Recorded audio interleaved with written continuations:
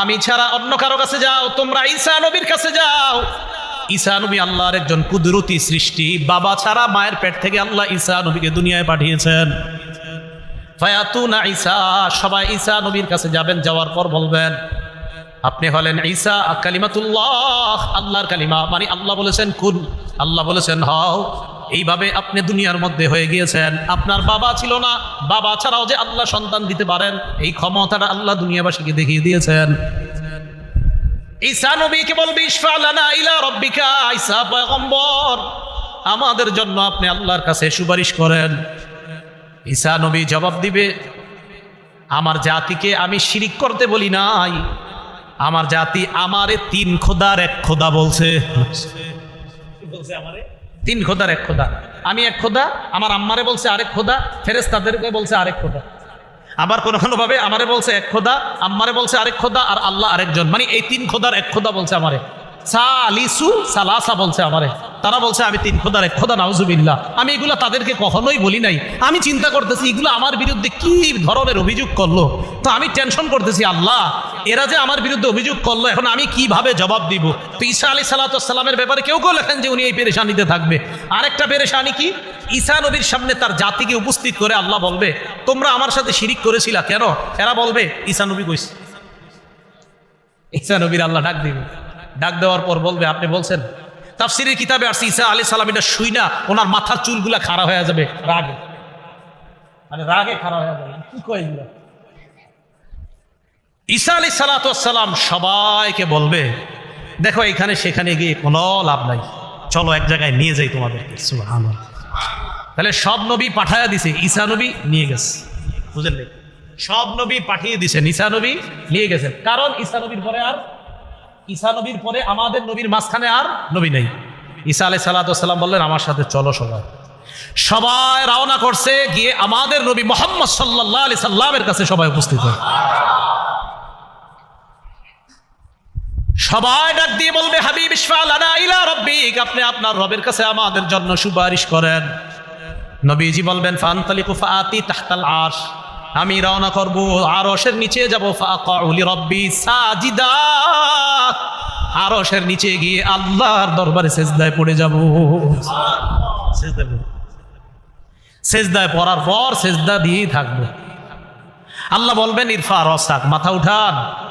সাল তু'তা, আপনি যা চাইবেন তাই দেওয়া হবে।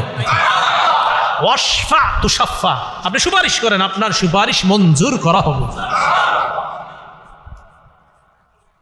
হাদিসের মধ্যে আসছে রাসূলুল্লাহ সাল্লাল্লাহু আলাইহি সাল্লাম বলেন, লিকুল্লি নাবিয়্যিন দাওয়াতুন মুস্তাজাবা, সব নবীকে আল্লাহ একটা স্পেশাল দোয়া দিয়েছে, দোয়াটা করা মাত্রই কবুল হয়ে গিয়েছে দুনিয়াতে। ওয়া ইন্নী ইখতাবাতু দাওয়াতি শাফাআতান লি উম্মতি ইয়াউমাল কিয়ামা, আমি আমার দোয়াটা বুদ্ধি খাটায়া দুনিয়াতে করি নাই, আমার উম্মতের জন্য মুলতবি করে রেখে দিয়েছি। কিয়ামতের ময়দানে উম্মতের জন্য ওই দোয়াটা করব এবং কবুল করাই নিব। আর আমি তো দুনিয়াতে করি নাই। তো সব নবীরা দোয়াটা করে ফেলেছে, আমাদের নবী করে নাই। নবীজি বলবে, বলার পর কিয়ামতের ময়দান কায়েম হবে। কিয়ামতের ময়দান কায়েম হওয়ার পর মিজানের পাল্লা আল্লাহ কায়েম করবেন, মিজান কায়েম করবেন, আমল নামার পাল্লা। আল্লাহ বলেন, ওয়া নাদউল মাওয়াজিনাল কিসত লিয়াউমিল কিয়ামাতি ফালা তুজলামু নাফসুন শাইআ, আমি মিজান কায়েম করব, আমি ওজনের পাল্লা কায়েম করব। ফালা তুজলামু নাফসুন শাইআ, কারো প্রতি সামান্য পরিমাণ অবিচার করা হবে না। মিজানের পাল্লা কায়েম হবে, কিয়ামতের ময়দান কায়েম হওয়ার পর কিয়ামতের ময়দানে আমার আপনার ভালো আমল খারাপ আমলের 4 ধরনের সাক্ষী হবে। জোরে বলেন, কয় ধরনের? 4 সাক্ষী হয়ে যাবে, 4 জন সাক্ষী, 4 ধরনের সাক্ষী। মনে রাখেন সহজে। 1 নাম্বার জমিন, বলেন 1 নাম্বার। 2 নাম্বার ফেরেশতা, বলেন 2 নাম্বার। 3 নাম্বার অঙ্গ প্রত্যঙ্গ, 3 নাম্বার। 4 নাম্বার বলবো আল্লাহ। এই সাক্ষী থেকে কেউ বাঁচবেন না। 4 নাম্বার এবং প্রধান সাক্ষী আল্লাহ। এইখানেই মায়া দয়া পাইতে পারেন, কিন্তু অন্য জায়গায় যারা সাক্ষী দিবে একদম কোনো ছাড় নাই। চার ধরনের সাক্ষীর কথা মাথায় রাখেন। 1 নাম্বার জমিন, 2 নাম্বার ফেরেশতা, 3 নাম্বার অঙ্গ প্রত্যঙ্গ, 4 নাম্বার প্রধান সাক্ষী আল্লাহ। মনে থাকবেনি কথাগুলা? তো এবার বিস্তারিত শোনেন। 1 নাম্বার সাক্ষী জমিন। জমিনের মধ্যে এই আজকে মসজিদ থেকে বের হওয়ার পর আমি আপনি যখন হাঁটবো, এখন থেকে চিন্তা করবেন জমিনের উপর হাঁটতেছি। আরিফ বিন হাবিব বলে গেল আজকে যে কোরআনে নাকি আছে যে জমিন হবে আমার সাক্ষী কিয়ামতের মাঠে। আজকে থেকে যতবার হাঁটবো অন্তত কিছু সময় চিন্তা করব জমিন আমার সাক্ষী হবে। তাহলে আল্লাহ বরণ হয়ে যাবে আমাদের। সূরা আনকাবুতের 57 নম্বর আয়াতে আল্লাহ বলেন, কুল্লু নাফসিন যায়িকাতুল মাউত। নফস বলতেই সকল আত্মা, সকল নফসের অধিকারী, সেটা মানুষ হোক, হাইওয়ান, জানোয়ার হোক, সবাই মৃত্যুর স্বাদ গ্রহণ করে। এখন কথা, আমি চাঁদপুরের অধিবাসী, আমি যদি পালিয়ে চট্টগ্রাম চলে যাই, চট্টগ্রামের অধিবাসী, আমি যদি পালিয়ে রংপুর চলে যাই, তাহলে মৃত্যু থেকে বাঁচার কোনো রাস্তা আছে কিনা? সূরা আহজাবের 16 নম্বর আয়াতে আল্লাহ বলেন, কুল লা ইয়ানফাকুমুল ফিরারু ইন ফারারতুম মিনাল মাউত। নবী আপনি বলেন, তোমরা যদি মরণ থেকে পালিয়ে বেড়াও, এই পালানো তোমাদের কোনো কাজে আসবে না, যেখানে যাও মরণ হবে। তাহলে মাবুদ, আমি যদি এমন একটা খাঁচার মধ্যে ঢুকি যেই খাঁচায় কোনো পিঁপড়াও ঢুকতে পারবে না, সেখানে কি মৃত্যু আসবে? সূরা নিসার 78 নম্বর আয়াতে আল্লাহ বলেন, আইনামা তাকুনু ইউদরিকুমুল মাউতু ওয়ালাউ কুনতুম ফি বুরুজিন মুশাইয়াদা। তোমরা যেখানেই থাকো মৃত্যু তোমাদেরকে পাকড়াও করবে। তোমরা যেখানেই থাকো, লোহার খাঁচায় থাকো অথবা কাচে ঘেরাও করা কোনো ঘরের মধ্যে থাকো যেখানে কেউ ঢুকতে পারবে না, মৃত্যু সেখানেও ঢুকবে, তোমাকে পাকড়াও করবে, তুমি মারা যাবে। সূরাতুল জুমুআর 8 নম্বর আয়াতে আল্লাহ বলেন, কুল ইন্নাল মাউতাল্লাযী তাফিরুনা মিনহু ফাইন্নাহু মুলাকীকুম সুম্মা তুরাদ্দুনা ইলা আলিমিল গায়ব। তোমরা যে মৃত্যু থেকে পালিয়ে বেড়াও, ফাইন্নাহু মুলাকীকুম, এই মৃত্যু তোমাদের সাথে সাক্ষাৎ করবে, মৃত্যু তোমাদের সাথে সাক্ষাৎ করবে।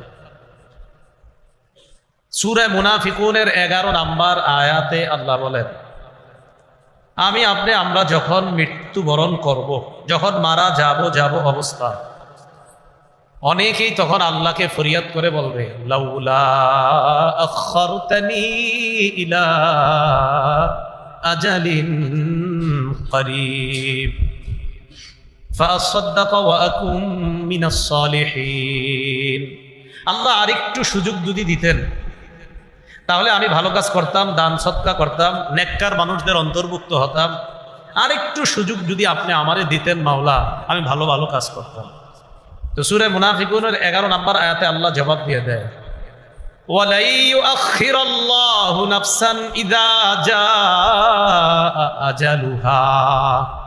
মৃত্যু যখন এসে যাবে কিছুতেই আল্লাহ কাউকে আর সামান্য সময়ও আর সুযোগ দিবে না। যখন মৃত্যু এসে যাবে আর সুযোগ দিবে না।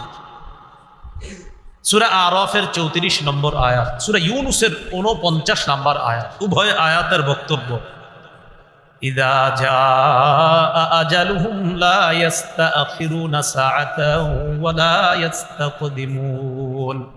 মৃত্যু আসলে একটু আগেও হবে না, পরেও হবে না, যখন আসবে ঠিক তখনই হবে। বিশ্বাস করেন 5 মিনিট পরে আপনাদের মধ্যে, আমার মধ্যে, আমাদের মধ্যে যার মরণ আছে সত্যি 5 মিনিট পরে মারা যাবে। বিশ্বাস করেন মারা যাবে। যদি কারো মরণ থাকে 5 মিনিট পরে যে মারাই যাবে, আগেও হবে না, পরেও হবে না। এই আয়াতগুলা দ্বারা বুঝলাম আমাদের সকলকে মৃত্যুবরণ করতে হবে। তো পূর্ব থেকে আবার আসি, কেন বানাইছে? ইবাদতের জন্য। কতদিন? মরণ পর্যন্ত। মাবুদ মরণ কি হবে? আল্লাহ একাধিক আয়াত দিয়ে আমাদেরকে জবাব দিয়ে দিলেন, হ্যাঁ হবে। পালিয়ে বাঁচতে পারবে না, কোথাও খাঁচায় ঢুকলেও বাঁচতে পারবে না, মৃত্যু তোমার সাথে সাক্ষাৎ করবে, এটাই চূড়ান্ত ফয়সালা। মৃত্যু হয়ে যাওয়ার পর লম্বা একটা সময় আমরা কবরের জগতে থাকব। কবরের জগতে থাকার পর হাদিসের ভাষ্য অনুযায়ী দুটি, আর তাফসীরের কিতাব এবং হাদিস মিলাইলে তিনটি ফু দিবে ইসরাফিল সিংহার মধ্যে। হাদিস ঘাটাঘাটি করলে দুটি, আর হাদিস তাফসীর সবগুলা মিলাইলে মোট তিনটি ফু দিবে। প্রথম ফুয়ে পুরা পৃথিবী ধ্বংস হয়ে যাবে। প্রথম ফুয়ে পৃথিবী ধ্বংস, শেষ, সব শেষ। দ্বিতীয় ফু দেওয়ার পর কি হবে আল্লাহ বলেন, ওয়ানুফিখ ফিস-সূরি ফাসাইক মান ফিস-সামাওয়াতি ওয়া মান ফিল আরদ ইল্লা মান শাআল্লাহ।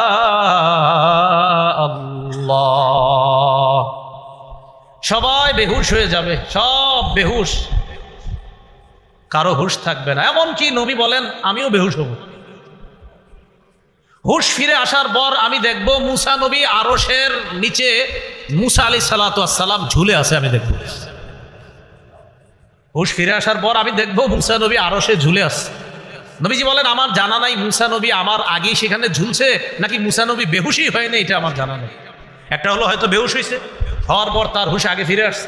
আরেকটা হলো নাকি তিনি বেহুশই হন নাই, এটা আমার জানা নাই। নবীজি বলেন এ হলো দ্বিতীয় ফু। সুম্মা নুফিখা ফীহি উখরা ফাইদা হুম কিয়ামুন ইয়ানজুরুন। তৃতীয় ফু দেওয়ার পর আমরা সবাই উঠব, কিয়ামতের ময়দানে দাঁড়াবো। রাসূলুল্লাহ সাল্লাল্লাহু আলাইহি সাল্লাম উঠবেন, আবু বকর, ওমর, ঈসা সব উঠবেন। কিয়ামতের ময়দানে আমরা যখন উঠব তখন কি অবস্থা হবে আমার, আপনার, আমাদের সবার। সহিহ বুখারীর বর্ণনা 4712 নম্বর হাদিস। এই হাদিসের মধ্যে আসছে উতিয়া রাসূলুল্লাহ সাল্লাল্লাহু আলাইহি ওয়াসাল্লাম বিলাহমিন। রাসূলুল্লাহ সাল্লাল্লাহু আলাইহি সাল্লামকে গোশত দেওয়া হলো, গোশত খেতে দেওয়া হলো। ফারুফিয়া ইলাইহি যিরাহ, রানের অংশ নবীজিকে দেওয়া হলো। গোশত দেওয়া হলো মানে গোশতের যে রান, এই রানের অংশ নবীজিকে দেওয়া হলো। ওয়া কানাত তু'জিবুহু, রানের অংশের গোশতটা নবীজি বেশি পছন্দ করতেন। সুবহানাল্লাহ। ওই গোশত নবীজিকে দেওয়া হয়েছে। ফানাহাশা মিনহা নাহশাতান, আল্লাহ নবী এইভাবে দাঁত দিয়ে রান থেকে এইভাবে নিজেই টান দিয়ে নবীজি দাঁত মুবারক দিয়ে টেনে খাচ্ছেন। সুবহানাল্লাহ। এইভাবে খাইতেছেন। কত সুন্দর দৃশ্য না? আমি আপনি যদি একদিন স্বপ্নে দেখতাম কেমনে খায় নবীজি। আমার নবীর খাওয়া নিশ্চয়ই সবচেয়ে সুন্দর ছিল, নবীজির পান করাটাও নিশ্চয়ই সবচেয়ে সুন্দর, নবীজির হাঁটাটাও সবচেয়ে সুন্দর। এমনকি এক হাদিসের মধ্যে আসছে, আবু মুসা রাদিয়াল্লাহু তাআলা আনহু বলেন, দাখালতু আলা রাসূলিল্লাহি সাল্লাল্লাহু আলাইহি ওয়াসাল্লাম, রাসূলুল্লাহ সাল্লাল্লাহু আলাইহি ওয়াসাল্লামের কাছে আমি প্রবেশ করলাম। এমন অবস্থায় যে নবীজি সাল্লাল্লাহু আলাইহি ওয়াসাল্লাম মেসওয়াক করছিলেন। ওয়া তারাফুস সিওয়াক আলা লিসানিহি, মেসওয়াকের এক অংশ নবীর জিহ্বার উপরে ছিল। আমি প্রবেশ করলাম। ওয়া হুয়া ইয়াকুলু আ আ, আল্লাহ রাসূল আ আ করছিলেন। কি করছিলেন? এখন দেখেন আমি যে আ করছি বেশি সুন্দর শোনা যায় না, কিন্তু কেমন জানি শোনা গেছে। কিন্তু আমার নবী যে করছে এরকম নিশ্চিত খুব সুন্দর শোনা গেছে। রাসূলুল্লাহ সাল্লাল্লাহু আলাইহি সাল্লাম এভাবে গোশত টান দিয়ে, দেখেন গোশতটা টান দিয়ে এইভাবে হাড্ডিটা নিয়ে গোশতের টুকরাটা এইভাবে হাতে রাখছে। তো এইভাবে হাতে রাখার পর রাসূলুল্লাহ সাল্লাল্লাহু আলাইহি সাল্লাম বলতেছেন, গোশত একটা মুখে দিয়ে বলতেছেন, আনা সাইয়্যিদুন নাস ইয়াউমাল কিয়ামাহ, আমি কিয়ামতের ময়দানে আদম সন্তান যারা হবে, মানুষ যারা, তাদের মাঝে আমি হব নেতা। কিয়ামতের ময়দানে আল্লাহ আমাকেই নেতৃত্ব দান করবেন। রাসূলুল্লাহ সাল্লাল্লাহু আলাইহি সাল্লাম প্রশ্ন করলেন, হাল তাদরুনা মিম্মা যালিকা, তোমরা কি জানো কিয়ামতের ময়দানটা কি? ইয়াজমাউল্লাহুল আউওয়ালিনা ওয়াল আখিরিন, ইয়াজমাউল্লাহুন নাসাল আউওয়ালিনা ওয়াল আখিরিনা ফি সাঈদিন ওয়াহিদ। কিয়ামতের ময়দানে পূর্বাপর যত মানুষ আল্লাহ পাঠিয়েছেন, কিয়ামত পর্যন্ত যত মানুষ আল্লাহ পাঠাবেন, আগে যত মানুষ পাঠিয়েছেন, সব মানুষগুলোকে একটা মাঠের মধ্যে আল্লাহ উপস্থিত করবেন। সমস্ত মানুষগুলা কিয়ামতের ময়দানে উপস্থিত হওয়ার পর ইউসমিউহুমুদ দাঈ, একজন আহ্বানকারী তাদেরকে ডাক দিবেন। সব মানুষগুলাকে ডাক দেওয়ার পর, অন্য বর্ণনায় ডাক দেওয়ার পর এদিক সেদিক হবে না, সবাই তার ডাকে সাড়া দিবে। শুধু তাই নয়, দৃষ্টিশক্তি ভয়ে থরথর করে কাঁপতে থাকবে, অবস্থা বড় ভয়ঙ্কর হবে। ওয়াতাদনু শামসু, নবীজি বলেন সূর্যটা কাছাকাছি চলে আসবে, তাপ হবে, তাপ, প্রচুর তাপ। ফায়াবলুগুন নাসা মিনাল হাম্মি ওয়াল কারাব, এমন অবস্থা হবে মানুষ ভয়ঙ্কর পেরেশানির মধ্যে পড়বে, চিন্তার মধ্যে পড়বে, কষ্টের মধ্যে পড়বে। মা লা ইউতিকুন, এত কষ্ট, যেই কষ্ট মানুষ সহ্য করার ক্ষমতাও থাকবে না। সব মানুষগুলা কিয়ামতের ময়দানে এই ভয়ঙ্কর পরিস্থিতির মধ্যে যখন পড়বে, পড়ার পর ওয়ালা ইয়াতাহাম্মালুনা, ধৈর্য করার মতো শক্তি সামর্থ্য থাকবে না, ধৈর্য ধারণ করতেও পারবে না।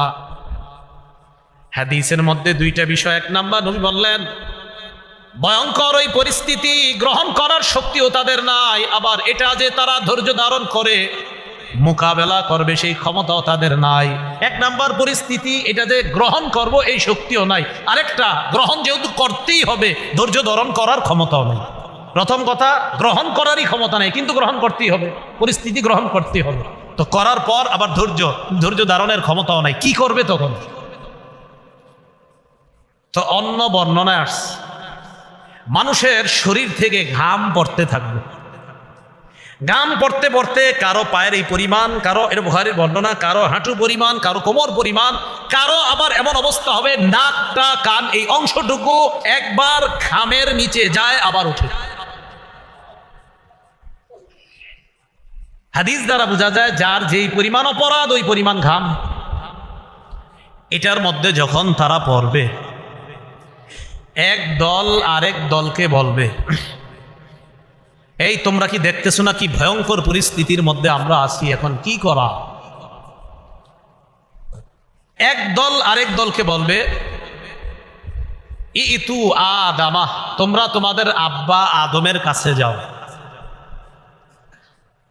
ফায়াতুনা আদম, সবাই আদম নবীর কাছে যাবে। যাওয়ার পর বলবে আনতা আবুনা আদম, আপনি আমাদের আব্বা আদম, আপনি হলেন আল্লাহর সর্বপ্রথম সৃষ্টি।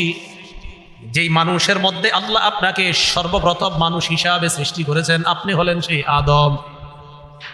শুধু তাই নয়, দুনিয়ার মধ্যে আপনি আল্লাহর সর্বপ্রথম নবী, আবার সর্বপ্রথম মানুষ, আবার আপনি আমাদের সবার পিতা। আলা তারা ইলা মা নাহনু ফিহি আব্বা, আপনি কি আমাদেরকে দেখছেন না? আপনার সন্তান আমরা কত বিপদের মধ্যে আছি। সন্তানরা বলবে আব্বা আমরা যে কি বিপদে আছি আপনি দেখতেছেন না? আলা তানজুরু, আব্বা আপনি কি দেখেন না? প্রথমে বলবে আলা তারা ইলা মা নাহনু ফিহি আব্বা, আপনি কি আমাদেরকে দেখছেন না আমরা কি বিপদের মধ্যে আছি? এই কথা আদম নবীরে বলার পর তারা বলবে ইশফা লানা রাব্বাক, আব্বা আপনি আপনার রবের কাছে সুপারিশ করেন, আল্লাহ যেন আমাদেরকে এই ভয়ঙ্কর পরিস্থিতি থেকে হেফাজত করে কিয়ামতের ময়দানে বিচারের পাল্লা কায়েম করে দেয়। ফয়সালা একটা হওয়ার, যা হওয়ার হবে, এই পরিস্থিতি আর সহ্য করতে পারি না। আব্বা আল্লাহকে বলেন বিচারের পাল্লা কায়েম করতে, বিচার হওয়ার পর যা হবার হবে বিচার করতে বলেন, এই পরিস্থিতি আর সহ্য করতে পারতেছি না। এটা কিন্তু বিচার হওয়ার আগের অবস্থা, বিচারের পাল্লা তখনও কায়েম করতে। তো এই অবস্থা যখন হবে, হওয়ার পর আব্বাজান আদম সব শুনবে, শোনার পর তাদেরকে বলবে ইন্না রব্বি কদ গাদিবাল ইয়াওমা গাদবা লাম ইয়াগদাব ক্বাবলাহু মিসলা ওয়া লা ইয়াগদাব বা'দাহু মিসলা। সন্তানদেরকে বলবে, সন্তান আজকে আমার রব এত রাগান্বিত হয়েছে, এর আগে আল্লাহ এত রাগ কখনো হয় নাই, আর আজকের পরে এত রাগ কখনো আল্লাহ হবেও না। আদম নবী বলবে আজকে আমার রব এত রাগান্বিত, এত রাগ করছে, আজকের আগে এত রাগ আল্লাহ কখনো করেননি, আর আজকের পরে এত রাগ কখনো হবেন না। মনে করেন আজকের দিনটা যে বললো আমগো হুজুর আজকে যেই রাগ করছে, এর আগে কোনোদিন এরকম রাগ করে নাই, তাহলে রাগটা কেমন? পরে করবেন কিনা এটা তো আমরা জানি না, কিন্তু নবী আদম বললেন আল্লাহ আজকের আগে এমন রাগ কখনো হয় নাই, আর আজকের পরেও এত রাগ আল্লাহ কখনো হবে না। অতএব তোমরা বুঝে নাও আল্লাহ আজকে কতটা রাগান্বিত। প্রতিদিন এই কথাগুলো একবার চিন্তা করেন, একবার প্রতিদিন চিন্তা আনেন যে আমার আল্লাহ কিয়ামতের ময়দানে এত রাগ করবে, এর আগে এরকম রাগ হয় নাই, এর পরেও এত রাগ করে নাই, তাহলে রাগটা কেমন না জানি। তো এই কথা বলার পর আদম নবী বলবে আল্লাহ পাক রব্বুল আলামিন আমারে কত বৈশিষ্ট্য দান করেছেন। মানুষই আদম নবীকে বলবে খালাকাল্লাহু বিয়াদি, আল্লাহ আপনাকে আপন কুদরতি হাতে বানিয়েছে। ওয়া নাফাখা ফীকা মির রূহি, আল্লাহ আপনার ভিতরে রূহ ঢেলে দিয়েছে। ওয়া আমারাল মালাইকা ফাসজাদু লাকা, অথবা ফাসজাদা লাকাল মালাইকা, আল্লাহ ফেরেশতাদেরকে বলছে নূরের তৈরি ফেরেশতারা আপনি মাটির তৈরি আদমকে আল্লাহ ফেরেশতা দিয়ে সিজদা করাইছে। আব্বা একটু আল্লাহর কাছে সুপারিশ করেন না, আপনি তো অনেক দামি। আদম নবী বলবে রব এত রাগ, আজকের আগে এরকম রাগ হয় নাই, আজকের পর এরকম রাগ হবেও না। তো আব্বা কি করবো আমরা? আদম নবী কয় শোনো, আল্লাহ আমাকে বলেছিলেন আমি যেন ওই গাছের ফল না খাই। নাহানি আনিশ শাজারা, আমাকে আল্লাহ নিষেধ করেছিলেন ওই গাছের ফল খাইতে। ফাআসাইতুহু, এই হুকুম পালনে আমার থেকে একটু অন্যরকম হয়ে গিয়েছে। আমি অনুবাদ যা করি ঠিক এটাই মনে রাখবেন। আল্লাহ আমাকে নিষেধ করেছেন এই গাছের ফল খাইতে, আমার থেকে এই নিষেধাজ্ঞার বিষয়টা একটু অন্যরকম হয়ে গিয়েছে। নবীদের শানে অনুবাদ এইভাবেই করা, আমার থেকে একটু অন্যরকম হয়ে গিয়েছে। সাবধান, অন্য কোনো শব্দ নবীদের শানে না বলা, যেটা বেয়াদবি হয়ে যায়। হ্যাঁ, আল্লাহ নবীদের শানে যা বলার বলবে, কিন্তু আমি আপনি বলতে পারি না। তা আদম নবী এটা বলার পর আদম নবী কয় আল্লাহ যদি আজকে আমারে বলে তুমি কেন ওই দিন ওই নিষেধাজ্ঞা করার পরেও ফলটা খাইলা, আমি কি বলবো আমি জানি না। নাফসি নাফসি, আমি নিজের চিন্তায় আছি। আদম নবী বলতেছে আমি নিজের চিন্তায় আছি। ইযহাবু ইলা গায়রি ইযহাবু ইলা নূহ, আমি ছাড়া তোমরা অন্য কারো কাছে যাও, তোমরা নূহ নবীর কাছে যাও।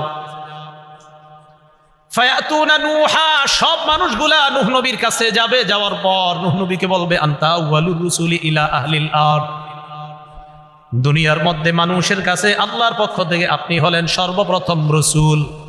রসুল বুঝেননি? শরীয়ত যার মাধ্যমে সর্বপ্রথম শুরু হয়, এর মানে হুকুম আহকাম। নূহ নবীর আগে পর্যন্ত শিরিক ছিল না দুনিয়ার মধ্যে। শিরিক যখন শুরু হলো তখন শরীয়তের প্রয়োজন দেখা দিল, বিধি নিষেধের প্রয়োজন দেখা দিল। আর ওই শরীয়তের হুকুম আহকাম সম্বলিত শরীয়ত দিয়ে আল্লাহ নূহ নবীকে পাঠিয়েছেন। এই জন্য নূহ নবীকে বলা হয় শরীয়তের প্রথম নবী। তো নূহ আলাইহিস সালাতু ওয়াস সালামকে বলবে আপনি প্রথম রসুল। আল্লাহ পাক রব্বুল আলামিন আপনাকে আবদান শাকুরা, আপনাকে শুকুর গুজার বান্দা আল্লাহ আপনাকে বানিয়েছে। শুধু তাই না, কোরআনেও আল্লাহ আপনাকে আব্দুন শাকুর বলছে যে আপনি অধিক শুকুর গুজার বান্দা আল্লাহ। আজকে ইশফা লানা ইলা রব্বিক, আপনি আমাদের জন্য আপনার রবের কাছে একটু সুপারিশ করেন যেন আল্লাহ আমাদেরকে এই পেরেশানি থেকে একটু মুক্তি দেয়। নূহ আলাইহিস সালাতু ওয়াস সালাম বলবে তোমরা ভালো কথা বলছো, তবে আল্লাহ পাক রব্বুল আলামিন আমাকে একটা স্পেশাল দোয়া করার অনুমতি দিয়েছিলেন। ফাদাউতু আলা কওমি, আমি ওই দোয়াটা আমার সম্প্রদায়ের বিরুদ্ধে করেছিলাম। আমি আল্লাহকে বললাম আল্লাহ আমার সম্প্রদায়কে আমি দিনের বেলা দাওয়াত দিলাম, রাতের বেলা দাওয়াত দিলাম। ফালাম ইয়াজিদহুম দুআই ইল্লা ফিরারা, আমি যতই দাওয়াত দিই তারা শুধু আমার থেকে পালায়। তো নূহ আলাইহিস সালাতু ওয়াস সালাম আল্লাহকে বললেন আল্লাহ ইন্নাকা ইনতাদারহুম ইউদিল্লু ইবাদাক, আপনি যদি এদেরকে দুনিয়াতে রাখেন আমার সম্প্রদায় যারা আছে এগুলা সব আপনার বান্দাদেরকে পথভ্রষ্ট করবে, এগুলারে রাখা দরকার নাই, ধ্বংস করে দেন। আমার দোয়া আল্লাহ কবুল করেছিলেন, আল্লাহ দুনিয়াতে এমন বড় বন্যা দিয়েছেন, ওই বন্যায় সবগুলারে ধ্বংস করছে। আজকে যদি আল্লাহ আমাকে বলে আমার বান্দাদের বিরুদ্ধে তুমি দোয়াটা কেন করেছিলে? নাফসি নাফসি, আমি আমার টেনশনে আছি। ইযহাবু ইলা গায়রি, আমি আপনাদেরকে যে কথাটা আজকে বলবো সেটা হলো আপনারা প্রত্যেক দিনে অন্তত একবার হলেও স্মরণ করেন নবী নাকি বলবে নাফসি নাফসি, তো আমার কি অবস্থা হবে? কোন নবী যদি বলে আমার চিন্তা আমার চিন্তা, আমার কি হবে আমার কি হবে আমার কি হবে, তো বলেন আমার আপনার কি হবে। নূহ আলাইহিস সালাতু ওয়াস সালাম এটা বলার পর বলবে ইযহাবু ইলা গায়রি, আমি ছাড়া অন্য কারো কাছে যাও। ইযহাবু ইলা ইব্রাহিম, তোমরা ইব্রাহিম নবীর কাছে যাও। ইব্রাহিম নবী আল্লাহর খলিল, আল্লাহর নির্বাচিত বান্দা, আল্লাহর বন্ধু ইব্রাহিম নবী, তার কাছে যাও। ফায়াতুনা ইব্রাহিম, সবাই ইব্রাহিম আলাইহিস সালাতু ওয়াস সালামের কাছে যাবেন। ইব্রাহিম আলাইহিস সালাতু ওয়াস সালামের কাছে যাওয়ার পর তিনি বলবেন, ইব্রাহিম নবীকে সবাই বলবে আল্লাহ পাক রব্বুল আলামিন আপনাকে নবী বানিয়েছেন, ওয়া খলিলা, আপনাকে খলিল বানিয়েছেন। শুধু তাই না, আল্লাহ পাক রব্বুল আলামিন আপনাকে নিজের অন্তরঙ্গ বন্ধু হিসাবে গ্রহণ করেছেন। ইশফা লানা ইলা রব্বিকা, আজকে আপনি আমাদের পক্ষ হয়ে আল্লাহর কাছে সুপারিশ করেন, কিয়ামতের ময়দানের এই ভয়ঙ্কর পেরেশানি থেকে যেন আল্লাহ আমাদেরকে মুক্তি দান করেন। ইব্রাহিম আলাইহিস সালাতু ওয়াস সালাম বলবে, ঠিকই বলছো, তবে ইন্নী কদ কাযাবতু সালাসা কাযিবাত, দুনিয়াতে আমার দ্বারা তিনটা বিষয় এমন হয়ে গেছে যেই তিনটা বিষয় হওয়া উচিত ছিল না। কি বললাম? আমার দ্বারা তিনটা বিষয় এমন হয়ে গিয়েছে যে তিনটা বিষয় হওয়াটা আর উচিত ছিল না। এই তিনটা বিষয় আমার দ্বারা সংগঠিত হয়ে গিয়েছে দুনিয়ার মধ্যে। এর মধ্যে একটা, আমাকে আমার জাতি বলেছিল মেলায় যাওয়ার জন্য, আমি তাদেরকে বলেছিলাম ইন্নী সাকিম, আমি অসুস্থ, আমি মেলায় যেতে পারবো না। কিন্তু আমি সেদিন অসুস্থ ছিলাম না। মুফাসসিরিনে কেরাম বলেন ইব্রাহিম নবীর এই বলাটা একদম ঠিক ছিল, কারণ ওই অসুস্থতার উদ্দেশ্য মানসিক অসুস্থ, শারীরিক অসুস্থ না। আপনাকে কেউ শিরিক করতে বললো আর আপনি বললেন না ভাই আমি অসুস্থ, অসুস্থ মানে যে আমি মানসিকভাবে পেরেশানিতে আছি, কিভাবে শিরিক করি আমি? তাহলে মানসিক পেরেশানি এটা একটা অসুস্থতা। কিন্তু ইব্রাহিম নবীর কাছে মনে হবে যে আমি এটা ওই দিন বলাটা ঠিক হয়নি, এটা ইব্রাহিম নবীর বক্তব্য। কিন্তু মুফাসসিরিন কেরাম বলেন নবীরা যেগুলো বলতেছে সব ঠিক ছিল বলাটা, কিন্তু নবীদের কাছে মনে হবে না আমাদের এটা ঠিক হয়নি। কথাটা কি বুঝে আসছে? তো ইব্রাহিম আলাইহিস সালাতু ওয়াস সালাম এই কথাটা বলেছিলেন। আরেকটা কি, কয় মেলা থেকে জনগণ আসছে, আসার পর আমাকে ডাকছে, ডাকার পর জনগণ আমারে বলছে মান ফাআলা হাযা বিআলিহাতিনা ইয়া ইব্রাহিম, আমাদের এই খোদাদের সাথে এই কাজটা কে করলো? না, মান ফাআলা হাযা বিআলিহাতিনা ইন্নাহু লামিনাজ জালিমিন, এই কাজ আমাদের খোদাদের সাথে, আমাদের উপাস্যদের সাথে, আমরা যাদের ইবাদত করি এগুলা যারা করেছে তারা জালেম। তো জনগণ বলতেছে কে করতে পারে? তো তারা নিজেরা নিজেরা বলতেছে সামি'না ফাতাই ইয়াযকুরুহুম ইউকালু লাহু ইব্রাহিম, আমরা শুনেছি এক যুবকের কথা, তার নাম ইব্রাহিম, সে এইগুলারে দেখতে পারে না, সন্দেহ হচ্ছে তাকে, সে হতো এই কাজটা করেছে। কি সবগুলা দেব দেবী ভেঙে প্রধান দেবতা যেটা, এটার কাঁধের মধ্যে কুড়াল ঝুলে রাখছে। তো সবাই বলা বলি করতে লাগলো, এক কাজ করো, ইব্রাহিমকে ডাকো, ফাতু বিহি আলা আয়ুনিন নাসি লাআল্লাহুম ইয়াশহাদুন, উপস্থিত করো, জনগণ যেন দেখতে পায় আমরা কি বিচার করি ইব্রাহিমের সাথে, এটা যেন সবাই দেখতে পায়, ভবিষ্যতে যেন সবাই সতর্ক হয়ে যায়। তো ইব্রাহিম নবীর আনছে, আনার পর ইব্রাহিম আলাইহিস সালাতু ওয়াস সালামকে তারা প্রশ্ন করতেছে আনতা ফাআলতা হাযা বিআলিহাতিনা ইয়া ইব্রাহিম, ইব্রাহিম তুমি কি এই কাজ করেছো আমাদের এই দেবতাগুলোর সাথে? ইব্রাহিম নবী জবাব দেয় বাল ফাআলাহু কাবীরুহুম হাযা ফাসআলুহুম ইন কানু ইয়ানতিকুন, ইব্রাহিম নবী এটা বলে নাই যে আমি করি নাই। কি বলছে? এটা বলে নাই যে আমি করি না। ইব্রাহিম নবী বললেন বাল ফাআলাহু কাবীরুহুম হাযা, আরে তাদের মধ্যে যে সবচেয়ে বড়টা সে করেছে, তাদের মধ্যে সবচেয়ে বড়টা সে। এবার দেখেন এটার আরেকটা অনুবাদ আছে, তাদের মধ্যে এই বড়টা সে এটা করেছে। দেখেন তাদের মধ্যে কাবীরুহুম হাযা, তাদের মধ্যে যে এই বড়টা সে করেছে, এই বড়টা মানে আমি, মানে ইব্রাহিম নবী নিজে। আরে এইগুলা ওনার সামনে যেগুলো আপনার সাজানো আছে এইগুলার চেয়ে কি ওরা দামি না ইব্রাহিম নবী দামি? তো ইব্রাহিম নবী মান ফাআলাহু কাবীরুহুম হাযা, তাদের মাঝে যে এই বড়টা সেইটা করেছে, এই বড়টা মানে আমি করছি। ইব্রাহিম নবী এখানে একটা কৌশলী জবাব দিয়েছে, তো তারা বুঝে নিয়েছে বড়টা বানিয়ে আমাদের বড় দেবতা যে সেই মনে করছে। ইব্রাহিম নবীর কথা হলো আমি এমন এক জবাব দিব যেই জবাবে আমার ক্ষতিও না হয়, আমারে ভুলও যেন বুঝতে না পারে, আর তাদেরকে যেন উচিত শিক্ষা উচিত জবাব দিয়ে দেওয়া হয়। এটা অনেকে লিখেছেন যে বিষয়টা এটাও হতে পারে। আরেকটা হলো না, সরাসরি যদি এটা বলা হয়, ইব্রাহিম নবী বলেন আরে তোমরা কি দেখে বুঝতেছো না কে করছে, দেখো কার কাঁধে কুড়াল, তো দেখতেছে। তো ইব্রাহিম নবীর টার্গেট হলো তাদেরকে একটা শিক্ষা দেওয়া, কি ফাসআলুহুম ইন কানু ইয়ানতিকুন, যারা এই জায়গায় চূর্ণ বিচূর্ণ হয়ে পড়ে আছে তোমাদের দেবতা যেগুলো আছে এদেরকে জিজ্ঞাসা করো কারা করছে, তাহলেই তো হয়ে যায়। তারা যদি কথা বলতে পারে তো জিজ্ঞাসা করো। তো এবার এই কথা বলার পর এরাই আবার ইব্রাহিম নবীরে কয় লাকাদ আলিমতা মা হাউলা ইয়ানতিকুন, তুমি তো জানো এরা কথা বলতে পারে না। ইব্রাহিম নবী কয় উফিল লাকুম ওয়ালিমা তা'বুদুনা মিন দুনিল্লাহ, আফসোস তোমাদের জন্য, আর যাদের ইবাদত তোমরা করো তাদের জন্য আফসোস। এমন জিনিসের ইবাদত করো যারা কথাও বলতে পারে না, কি আশ্চর্যের বিষয়, তাহলে ইবাদত কেন করো? তো ইব্রাহিম নবী এই জায়গায় যে কথাটা বলছে ওনার কাছে মনে হচ্ছে যে আমি যে এই কথাটা বলছি আমার এই কথাটা এইভাবে বলা সঠিক হয় না, এটা ইব্রাহিম নবীর বক্তব্য। উলামায়ে কেরাম বলেন পুরাপুরি ঠিক ছিল ইব্রাহিম নবীর কথা। 3 নাম্বার, ইব্রাহিম নবী আর তার স্ত্রী সারা দুজন রওনা করছে, মিশরের উপর দিয়ে যাইতেছে। সিনান ইবনে ইলওয়ান নামক বাদশাহ তখন মিশরের। এই সিনান ইবনে ইলওয়ান তার একটা অভ্যাস ছিল, সুন্দরী কোনো রূপসী দেখলে তার উপর লোলুপ দৃষ্টি ছিল, তার সাথে অপকর্ম করার চেষ্টা করতো বলি নাউজুবিল্লাহ।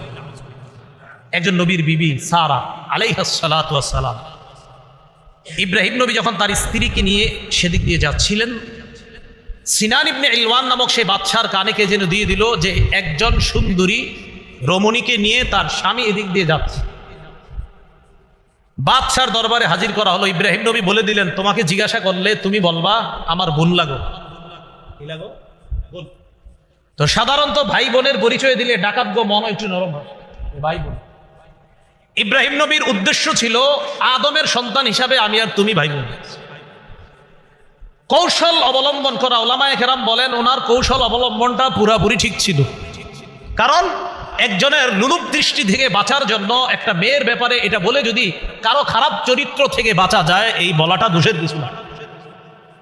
কিন্তু ইব্রাহিম নবীর মনে হবে আমি এটা কেন বললাম। তো এই 3টা বিষয় ইব্রাহিম নবী কিয়ামতের ময়দানে ওই মানুষদেরকে বলবে, হ্যাঁ আমি পারবো না, আমি নিজের টেনশনে আছি। ইযহাবু ইলা গায়রি ইযহাবু ইলা মূসা, আমি ছাড়া অন্য কারো কাছে যাও, তোমরা মূসা নবীর কাছে যাও। ফায়াতুনা মূসা, সবাই মূসা নবীর কাছে যাবে, যাওয়ার পর বলবে আনতা মূসা কালিমুল্লাহ, আপনি হলেন মূসা কালিমুল্লাহ, আল্লাহর সাথে কথা বলতে পারতেন। দুনিয়ার মধ্যে আপনি আল্লাহর সাথে কথা বলতেন, আজকে কিয়ামতের ময়দানে আমাদের পক্ষ হয়ে আল্লাহর সাথে আপনি কথা বলেন। ইশফা লানা ইলা রাব্বিক, আপনি আল্লাহকে বলেন আল্লাহ আমাদেরকে যেন এই অবস্থা থেকে মুক্তি দিয়ে দেয়, আল্লাহর কাছে আপনি সুপারিশ করেন।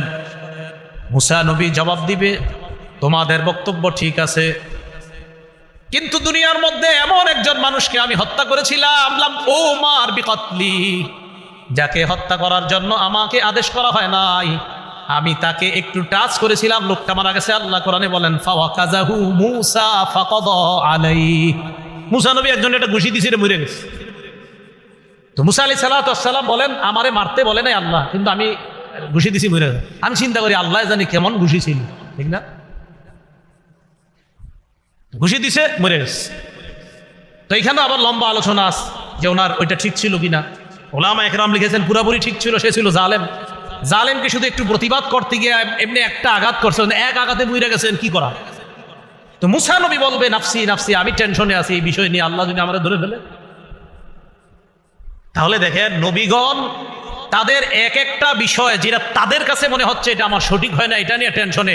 আমার আপনার অসংখ্য অগণিত এমন ভুল আছে, তাহলে কি পরিমাণ টেনশন হওয়া দরকার।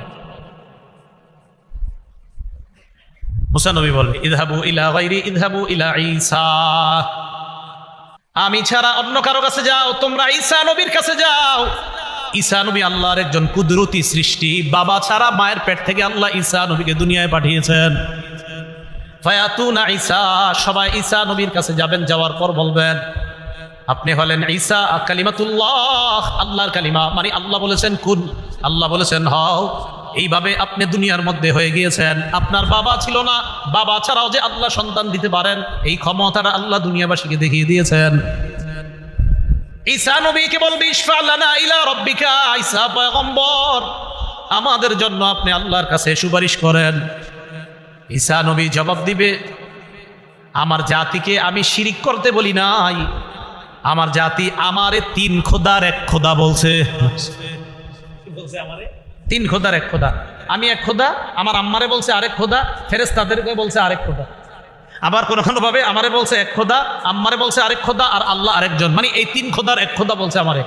সালিসু সালাসা বলছে আমারে। তারা বলছে আমি তিন খোদার এক খোদা, নাউজুবিল্লাহ। আমি এগুলো তাদেরকে কখনোই বলি নাই। আমি চিন্তা করতেছি এগুলো আমার বিরুদ্ধে কি ধরনের অভিযোগ করলো, তো আমি টেনশন করতেছি আল্লাহ এরা যে আমার বিরুদ্ধে অভিযোগ করলো, এখন আমি কিভাবে জবাব দিব।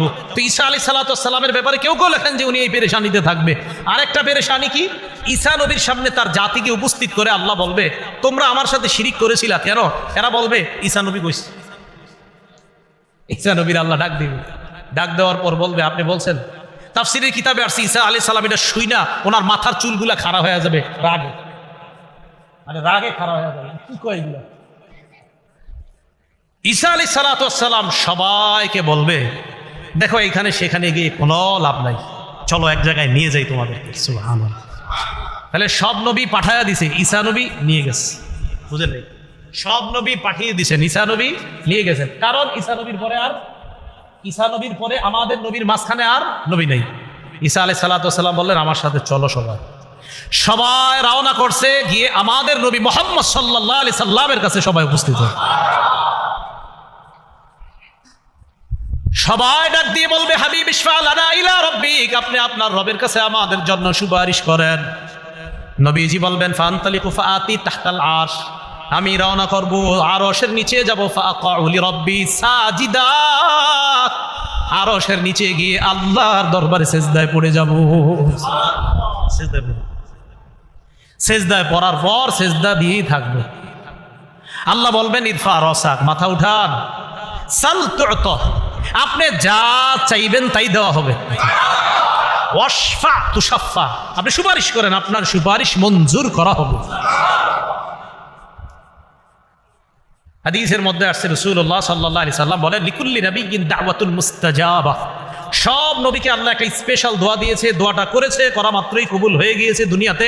ওয়া ইন্নী ইখতাবাতু দাওয়াতি শাফাআতান লিউম্মতি ইয়াউমাল কিয়ামা, আমি আমার দোয়াটা বুদ্ধি খাটায়া দুনিয়াতে করি নাই, আমার উম্মতের জন্য মুলতবি করে রেখে দিয়েছি। কিয়ামতের ময়দানে উম্মতের জন্য ওই দোয়াটা করব এবং কবুল করাই নিব। আমি তো দুনিয়াতে করি নাই। তো সব নবীরা দোয়াটা করে ফেলেছে, আমাদের নবী করে নাই। নবীজি বলবে, বলার পর কিয়ামতের ময়দান কায়েম হবে। কিয়ামতের ময়দান কায়েম হওয়ার পর মিজানের পাল্লা আল্লাহ কায়েম করবেন, মিজান কায়েম করবেন, আমল নামার পাল্লা। আল্লাহ বলেন ওয়ানাদউল মাওয়াজিনাল কিসত লিয়াউমিল কিয়ামাতি ফালা তুজলামু নাফসুন শাইআ, আমি মিজান কায়েম করব, আমি ওজনের পাল্লা কায়েম করব। ফালা তুজলামু নাফসুন শাইআ, কারো প্রতি সামান্য পরিমাণ অবিচার করা হবে না। মিজানের পাল্লা কায়েম হবে, কিয়ামতের ময়দান কায়েম হওয়ার পর কিয়ামতের ময়দানে আমার আপনার ভালো আমল খারাপ আমলের 4 ধরনের সাক্ষী হবে। জোরে বলেন কয় ধরনের? 4 সাক্ষী হয়ে যাবে, 4 জন সাক্ষী, 4 ধরনের সাক্ষী। মনে রাখেন সহজে। 1 নাম্বার জমিন, বলেন 1 নাম্বার। 2 নাম্বার ফেরেশতা, বলেন 2 নাম্বার। 3 নাম্বার অঙ্গ প্রত্যঙ্গ, 3 নাম্বার। 4 নাম্বার বলবো আল্লাহ। এই সাক্ষী থেকে কেউ বাঁচবেন না। 4 নাম্বার এবং প্রধান সাক্ষী আল্লাহ। এখানে মায়া দয়া পাইতে পারেন, কিন্তু অন্য জায়গায় যারা সাক্ষী দিবে একদম কোনো ছাড় নাই। 4 ধরনের সাক্ষীর কথা মাথায় রাখেন। 1 নাম্বার জমিন, 2 নাম্বার ফেরেশতা, 3 নাম্বার অঙ্গ প্রত্যঙ্গ, 4 নাম্বার প্রধান সাক্ষী আল্লাহ। মনে থাকবেনি কথাগুলা? তো এবার বিস্তারিত শোনেন। 1 নাম্বার সাক্ষী জমিন।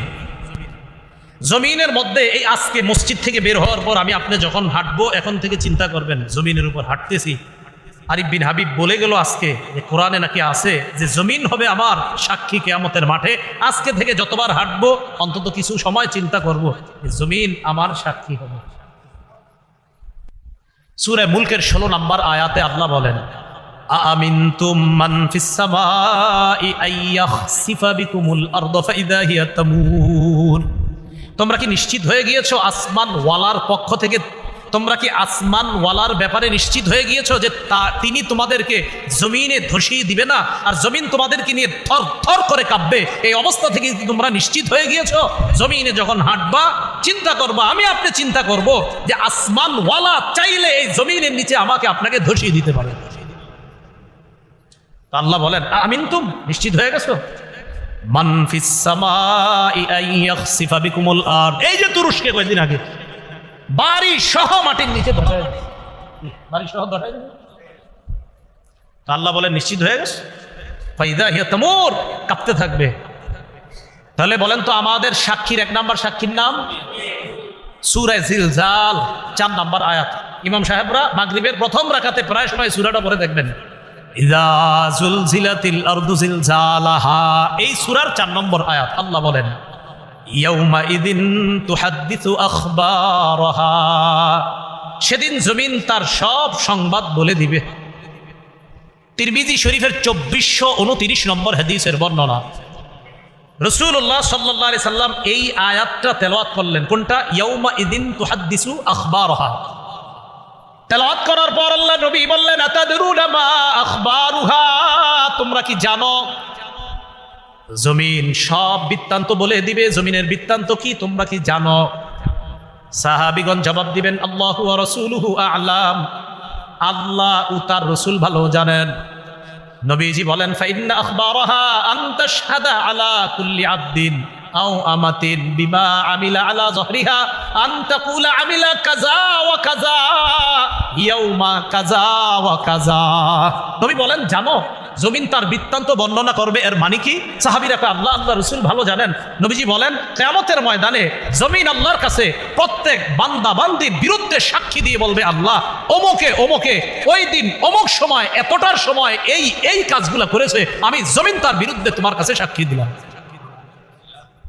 টাইম সহ, দিন সহ, সময় সহ, স্থান সহ সব বলে। জমিন দিয়ে যখন হাঁটেন, হেঁটে হেঁটে যখন আপনি কোথাও অশ্লীল কিছু দেখার জন্য যান, তো আপনি মাথায় একটু আনবেন যে এই জমিন বলবে অমুক বাজারে অতটার সময় তুমি অশ্লীল জিনিসগুলা দেখেছিলা।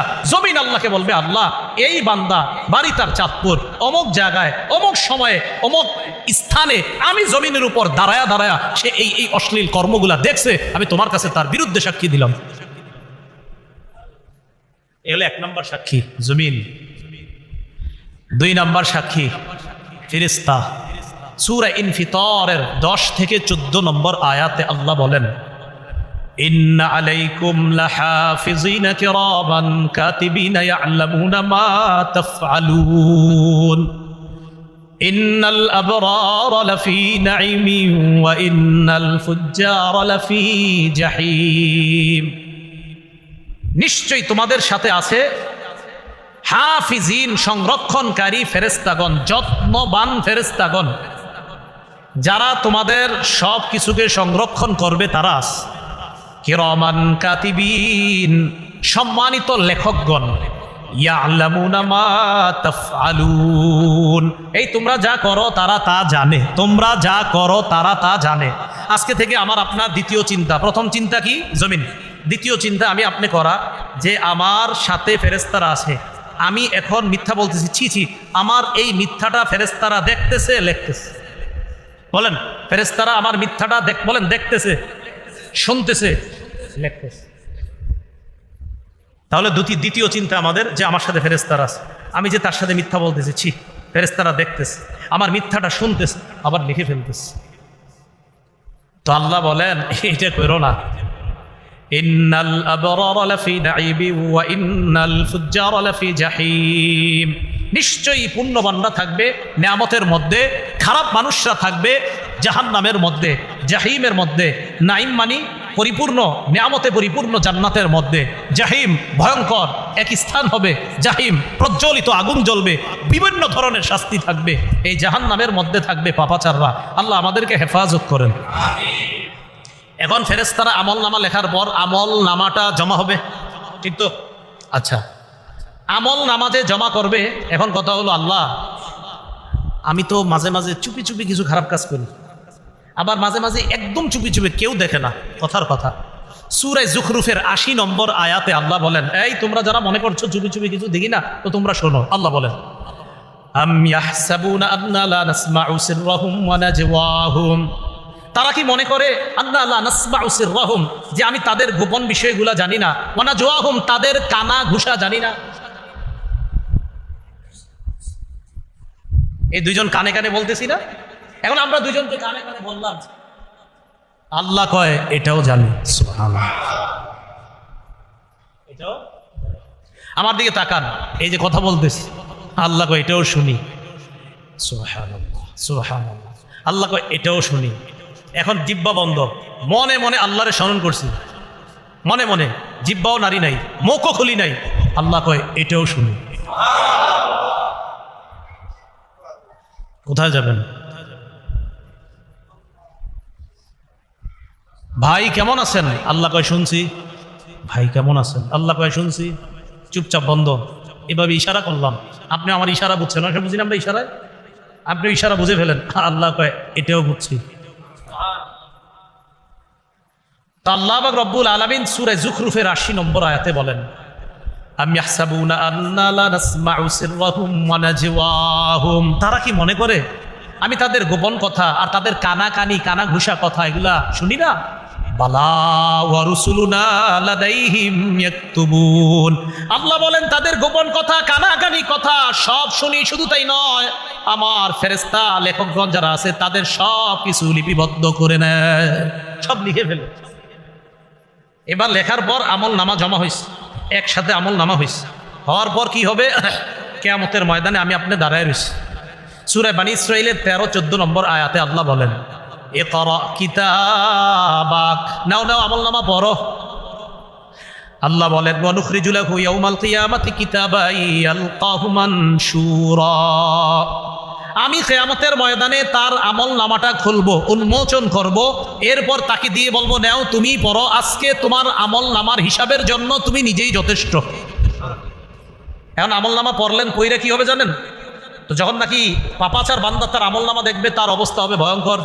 সূরা কাহফের ৪৯ নম্বর আয়াতে আল্লাহ বলেন, ওই ব্যক্তি বলবে, মা লিহাদাল কিতাবি লা ইউগাদিরু সগীরাতান ওয়ালা কাবীরাতান ইল্লা আহসাহা, আমল নামা দেখে বলবে, আমল নামা এটা আবার কেমন আমল নামা? লা ইউগাদিরু সগীরাতান ওয়ালা কাবীরা, ছোট বড় কিচ্ছুই তো ছাড়ে নাই। আরে আমি দুনিয়াতে পানির নিচে ডুব দিয়ে কি করলাম, এটাও দি লেখা, সবটি লেখা।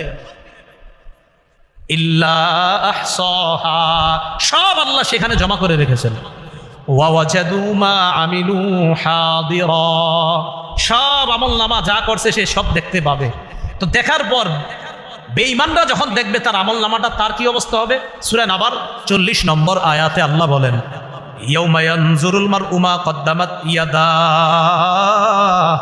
মানুষ তার আমল নামাগুলা দেখবে, দেখার পর ওয়া ইয়াকুলুল কাফির, কাফের বলবে, ইয়া লাইতানি কুনতু তুরাবা, কাফের তার আমল নামা দেখে বলবে, হায় আমি যদি মাটি হয়ে যাইতাম। কি হয়ে যাইতাম? আমি যদি মাটি হয়ে যাইতাম তো বেঁচে যাইতাম। তাহলে কি বুঝতে পারলাম? ফেরেশতারা লেখে, লেখার পর আমল নামা আল্লাহর কাছে পেশ করবে, কিয়ামতের ময়দানে সাক্ষী দিয়ে দিবে, আমল নামা আমাকে দেওয়া হবে, নাও তুমি পড়ো, আমি আপনি পড়বো, দেখা বলবো, সর্বনাশ, ছোট বড় সবই তো লেখা। পাপাচার সহ বেঈমান যারা আছে তারা যদি দেখে, দেখার পর বলবে, সর্বনাশ, আমি যদি মাটি হয়ে যেতাম, এই কথা বলবে আমল নামা দেখা। এখন আল্লাহ পাক রব্বুল আলামিন বলেন চূড়ান্ত ভাবে, ওই যে সূরা হাক্কর যে আয়াত শুরুতে তেলাওয়াত করলাম, ফাআম্মা মান উতিয়া কিতাবাহু বিয়ামিনি, যার আমল নামা তার ডান হাতে দেওয়া হবে, ফায়াকুলু হা উমকরাউ কিতাবিয়া, আমল নামা ডান হাতে দেওয়া হওয়ার পর ওই ব্যক্তি তার আত্মীয় স্বজনের কাছে যাবে, অন্যান্য জান্নাতীদেরকে নিয়ে বলবে, এই নাও নাও আমার আমল নামাটা পড়ে দেখো, কত সুন্দর আমল নামা আল্লাহ আমার ডান হাতে দিচ্ছে। পরীক্ষায় পাশ করার পর আপনারা দৌড়ে কি করেন? যা করেন সেখানেও তা করবেন। সুবহানাল্লাহ। ইন্নী জানান্তু আন্নী মুলাকিন হিসাবিয়া, আমি বিশ্বাস করেছিলাম আমার এই আমল নামার সাথে আমি সাক্ষাৎ করব, আমার এই হিসাবের সাক্ষাৎ আমাকে করতে হবে, এটা আমি বিশ্বাস করেছিলাম। বলেন হিসাব যে হবে বিশ্বাস আছে সবার? ফাহুয়া ফি ঈশাতির রাদিয়া, আল্লাহ বলেন আমার বান্দার আমল নামা যেহেতু ডান হাতে, বাস সে সুখের, নেয়ামতের, সুখের, আনন্দিত হওয়ার জান্নাতের মধ্যে সে থাকবে। ফি জান্নাতিন, ফি জান্নাতিন। আল্লাহ পাক রব্বুল আলামিন বলেন উমুকরাউ কিতাবিয়া, যে তোমরা আমার আমলনামা পড়ো। ইন্নী যানানতু আন্নী মুলাকিন হিসাবিয়া ফাহুয়া ফি ঈশাতির রাদিয়া, সে নেয়ামতে পরিপূর্ণ সন্তুষ্টজনক জীবন যাপন করার জন্য সে জান্নাতে থাকবে। জান্নাতে যখন থাকবে, থাকার পর আপনি তো বস বৈশা রয়েছেন, জান্নাতে যাবেন মানেই তো বস, আসলেই বস। তো ওখানে যাওয়ার পরে তো আর আপনার কোনো টেনশন নেই, কোনো মতে খালি একবার যান, তাহলেই বুঝবেন। তো গেলেন, যাওয়ার পর আল্লাহ বলে কুতুফুহা দানিয়া, হযরতের ফল খাইতে মন চেয়েছে, ফল পারতে হবে না, না না না, ফল খাইতে মন চেয়েছে হযরতের, ফল তার মুখের কাছে এসে যাবে।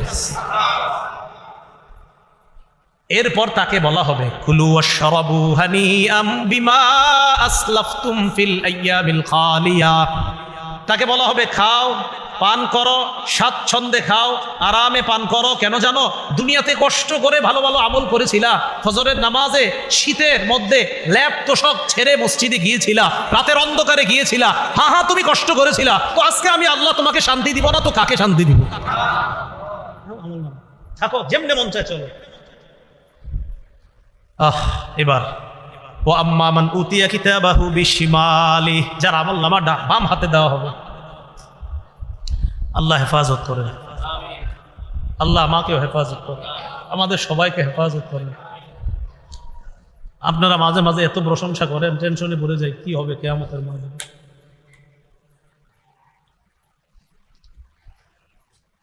ও আম্মা মান উতিয়া কিতাবাহু বিশিমালি, যার আমল নামা বাম হাতে দেওয়া হবে, ফায়াকুলু ইয়া লাইতানি লাম উতা কিতাবিয়া, ওই ব্যক্তি বলবে আমার আমল নামা যদি আমাকে দেওয়া না হইত। ওয়ালাম আদরি মা হিসাবিয়া, আমি যদি আমার হিসাব না জানতাম। ইয়া লাইতাহা কানাতিল কাদিয়া, মৃত্যুই যদি আমার শেষ ফয়সালা হয়ে যেত, আমি মরতাম আর শেষ হয়ে যেতাম, এরকম যদি হইতো। মা আগনা আন্নি মালিয়া, আমার কত সম্পদ ছিল, আজকে সম্পদ কোনোই কাজে আসলো না। হালাকা আন্নি সুলতানিয়া, আমার রাজত্ব আজকে সব গেছে, আমার কথায় কত মানুষ উঠতো বসতো, আজকে কোথায় গেল সব। খুজুহু ফাগুল্লু, আল্লাহর পক্ষ থেকে বলা হবে তাকে ধরো, ফাগুল্লু বাঁধো, ধরো বাঁধো, বেরি বড়। সুম্মাল জাহিমা সল্লু, এরপর জাহান্নামে প্রবেশ করো। সুম্মা ফি সিলসিলাতিন যারউহা ৭০ যিরাআন ফাসলুকু, শিকলে বাঁধো, শিকলের লম্বা হবে ৭০ গজ। এক বর্ণনায় নাকের ভিতর দিয়ে শিকলটা নিয়ে পিছনের রাস্তা দিয়ে এনে এইভাবে শিকল দিয়ে বাঁধা হবে।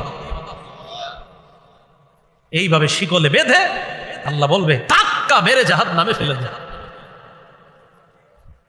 তা আমার আপনার আমল নামা কিয়ামতের ময়দানে অবশ্যই যেন ডান হাতে হয়, অবশ্যই যেন ডান হাতে হয়।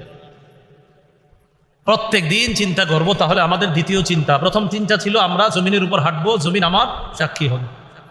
২ নাম্বার কিরামান কাতিবিন আমার সাক্ষী হবে, ফেরেশতা আমার সাক্ষী হবে। সাক্ষীর পর আমল নামা পেশ করবে, আমল নামা আমার ডান হাতে আসতে পারে, আল্লাহ না করেন, আল্লাহ না করেন বাম হাতে এসে গেলে আমি শেষ। ৩ নাম্বার সাক্ষী মনে আসেনি? অঙ্গ প্রত্যঙ্গ। সূরা ইয়াসিনের ৬৬-৬৭ নম্বর আয়াতে আল্লাহ বলেন ওয়ালাউ নাশাউ লাতামাসনা আলা আয়ুনিহিম, আমি যদি তাদের চোখের পাওয়ারকে লোপ করে দিতাম, চোখ যদি এইভাবে মুছে দিতাম, চোখের পাওয়ার যদি না দিতাম, ফাসতাবাকুস সিরাত ফাআন্না ইউবসিরুন, এরা চলতে চাইতো কিভাবে, এরা পথ চলতো, আমি যদি চোখের পাওয়ার না দিতাম। মানে বান্দা আমি তোমার চোখের পাওয়ার না দিলে তুমি কিভাবে চলতে পারতাম? আর জোরে বলেন পারতাম? কিভাবে হারাম জিনিসের দিকে তাকাও। আমি চোখ না দিলে তুমি চলতে পারতা না, আমি চোখ না দিলে তোমরা চলতে পারতা না, স্বীকার করলা, তো তোমরা হারাম জিনিসের দিকে তাকাও কিভাবে? ওয়ালাউ নাশাউ লামাসাখনাহুম আলা মাকানাতিহিম ফামাসতাতাউ মুদিয়্যাও ওয়ালা ইয়ারজিউন। আমি যদি স্ব স্থানে তাদের চেহারা বিকৃত করে দিতাম, সামনেও যেতে পারতো না, পিছনেও আসতে পারতো না, এদের কি অবস্থা হতো? কিয়ামতের ময়দানে আল্লাহ সূরা ইয়াসিনের 65 নম্বর আয়াতে আল্লাহ বলেন, এদেরকে জিজ্ঞাসা করার পর এরা বলবে, আল্লাহ না, আমি তো খারাপ কাজ করি না। অনেকে বলতে পারে, আল্লাহ বলেন, আল-ইয়াওমা নাখতিমু আলা আফওয়াহিহিম, মুখের মধ্যে মোহর মেরে দিব, মুখ বন্ধ। ওয়া তুকাল্লিমুনা আইদিহিম, হাত কথা বলবে। ওয়া তাশহাদু আরজুলুহুম, পা সাক্ষী দিয়ে দিবে বিমা কানু ইয়াকসিবুন। আল্লাহ এই হাত দিয়ে সে সুদের টাকা প্রচুর হাত দিয়েছে, আমি পা সাক্ষী দিয়ে দিলাম, পা সাক্ষী দিয়ে দিবে। আমি মাসসাজদা 20-21 নম্বর আয়াতে আল্লাহ বলেন, হাত্তা ইযা মা জাউহা শাহিদা আলাইহিম সামউহুম ওয়া আবসারুহুম ওয়া জুলুদুহুম বিমা কানু ইয়ামালুন। এরা যখন জাহান্নামের কাছে আসবে, শাহিদা আলাইহিম সামউহুম, তাদের বিরুদ্ধে সাক্ষী দিবে তাদের কান, ওয়া আবসারুহুম, তাদের চোখ, ওয়া জুলুদুহুম, তাদের চামড়া। আমি এই জায়গায় টেনশনে পড়ছি, চোখ সাক্ষী দিবে বুঝলাম, কান সাক্ষী দিবে, চামড়াও নাকি সাক্ষী দিবে? আরে কে বলেন, বলেন না। এখন চামড়া সাক্ষী দেওয়ার পর ওই চামড়াওয়ালা চামড়াকে বলবে, যখন চামড়া সাক্ষী দিবে তখন চামড়াকে তারা বলবে, ওয়াকালু লিজুলুদিহিম লিমা শাহিদতুম আলাইনা। চামড়াকে বলবে, ও চামড়া, তুমিও সাক্ষী দিলা আমার বিরুদ্ধে। চামড়াকে বলবে, ও চামড়া, তুমিও সাক্ষী দিলা, তুমি কেমনে সাক্ষী দিলা? তুমি কি কথা বলতে পারো? চামড়া জবাব দিবে, আনতাকান আল্লাহুল্লাযী আনতাকা কুল্লা শাই, যে আল্লাহ সব কিছুকে কথা বলাইতে পারেন, ওই আল্লাহ আমি চামড়াকে কথা বলার শক্তি দান করেছেন। আনতাকান আল্লাহুল্লাযী আনতাকা কুল্লা শাই, যে আল্লাহ সব কিছুকে, যে আল্লাহ অনেক কিছু অন্যদেরকে বাকশক্তি দিতে পারেন, সে আল্লাহ আমাকেও বাকশক্তি দিতে পারেন। যে আল্লাহ কানকে কথা বলার ক্ষমতা দিয়েছে, চোখকে কথা বলার ক্ষমতা দিয়েছে, ওই আল্লাহ আমি চামড়াকেও কথা বলার ক্ষমতা দিয়েছি। তাহলে একটু ভাবেন তো, এখন আসেন আমি আর আপনি ভাবি, আমার চামড়া কেমন যেন এটাও আমার আপন না, আমার চোখ কেমন যেন এটাও আমার আপন না, আমার কানে দেখেন দেখেন আমার, বলেন তো সবাই, আমার কান কোথায়? আপনার। হ্যাঁ, যদি আমলনামা ডান হাতে হয় তা ঠিক আছে, এটা সব আপনার। যদি বাম হাতে হয় তো তা আপনার হলো না, সব আপনার বিরুদ্ধে চলে গেল। কান আপনার বিরুদ্ধে গেল, চোখ আপনার বিরুদ্ধে গেল, চামড়া আপনার বিরুদ্ধে গেল, অথচ সব আমার। আল্লাহ হেফাজত করে। তাহলে অঙ্গ প্রত্যঙ্গ 3 নাম্বার সাক্ষী। আসেন আবার প্রথম, জমিনে হাঁটতিস, জমিন সাক্ষী। হাঁটার সময় চিন্তা করা, এই ফেরেশতা সাক্ষী, আমার আমলনামা সাক্ষী দিল। 3 নাম্বার, আচ্ছা আমার অঙ্গ প্রত্যঙ্গ, আমার হাত পা নাড়তেছি, আমি সুদের টাকা হাত দিছি, না না ছি, আমার হাত সাক্ষী দিয়ে দিবে। আমি চোখ দিয়ে হারাম দেখতেছি, ছি, আমার চোখ আল্লাহর কাছে বলে দিবে। তাহলে 3 নাম্বার অঙ্গ প্রত্যঙ্গ সাক্ষী। 4 নাম্বার কে? আল্লাহ। এখান থেকে আর কেমনে বাঁচবে? সূরা হামিম আস-সাজদাতে আল্লাহ বলেন, আওয়ালাম ইয়াকফি বিরাব্বিকা, এই সময় অমুকে অমুকে সাক্ষী দিছে, তো তোমরা এটা বলবা সেটা বলবা? আরে এটা কি যথেষ্ট না যে আমি আল্লাহই তো সব দেখছি? আর কি করবা? আওয়ালাম ইয়াকফি বিরাব্বিক, তোমার রবের জন্য কি এতটুকু যথেষ্ট না? আন্নাহু আলা কুল্লি শাইইন শাহিদ, আরে আমি আল্লাহই তো সব দেখছি, আর কি তুমি অস্বীকার করবে? আমি তো সব দেখছি, কি করছো না করছো, ওইটা তো আমার একটা সিস্টেম। আমি আল্লাহর একটা সিস্টেম আছে, সিস্টেম পদ্ধতি অবলম্বন করব, ফেরেশতার সাক্ষী নিব, অঙ্গ প্রত্যঙ্গের সাক্ষী নিব, কানের সাক্ষী নিব, এটা তো আমার একটা পদ্ধতি, আমার সিস্টেম। কিন্তু তোমরা কি মনে করো তোমাদের জন্য এতটুকু যথেষ্ট না যে আমি আল্লাহই তো সব দেখছি, কি করছো? আল্লাহ আমাদেরকে বুঝার তৌফিক দান করেন। সূরা আলী ইমরানের 5 নম্বর আয়াতে আল্লাহ বলেন, ইন্নাল্লাহা লা ইয়াখফা আলাইহি শাইউন ফিল আরদি ওয়ালা ফিস সামা। বলেন আমার সাথে সবাই, নিশ্চয়ই আল্লাহর কাছে, বলেন আসমান জমিনের কোনো কিছুই গোপন থাকে না। আবার বলেন, নিশ্চয়ই আল্লাহর কাছে আসমান জমিনের কোনো কিছুই গোপন থাকে না। আমি আপনি যা করতে আজকে যা বয়ান করলাম, যা শুনলাম, আমি ওনারে কানে কানে মাঝখানে একটা কথা বলছি, এইটাও আল্লাহ সব শুনছে। তাহলে আমি আপনি কানে কানে বলি, যেমনে বলি, যা করি, আল্লাহর কাছে কিছুই গোপন থাকে না। অমুক সাক্ষী, এই সাক্ষী, ওই সাক্ষীর আলোচনা যদিও করলাম, আল্লাহ কয়, বান্দা এত সাক্ষীর আলোচনা এ আরিফ তোমার সামনে করলো, শুনলা, এর চেয়ে বড় সাক্ষী আর কি চাও? আমি আল্লাহ তো সবচেয়ে বড় প্রধান সাক্ষী, আমি তো সব দেখতেছি। 4 সাক্ষী বলতে, আলেম ছাড়া অন্য কেউ বলতে পারবেন নি 4 সাক্ষীর কথা? আলেমরা পারবে, অন্যরা পারবেন? 1 নাম্বার, 2 নাম্বার, 3 নাম্বার, 4 নাম্বার এবং প্রধান সাক্ষী। আল্লাহ আমাদের সকলকে কিয়ামতের এই 4 সাক্ষীর কথা সদা সর্বদা মাথায় রাখতি আমরা যেন মাথায় রেখে সব সময় দুনিয়াতে চলতে পারি। আর যেন এই ফিকির রাখি যে সাক্ষী যেন আমার পক্ষে থাকে, আমার বিপক্ষে যেন না যায়। সাক্ষী আমার পক্ষে হয়ে আমার আমল নামাটা যেন আমার ডান হাতে পেয়ে যায়। আল্লাহ আমাদের সকলকে যা শুনলাম বললাম আমল করার তৌফিক দান করেন।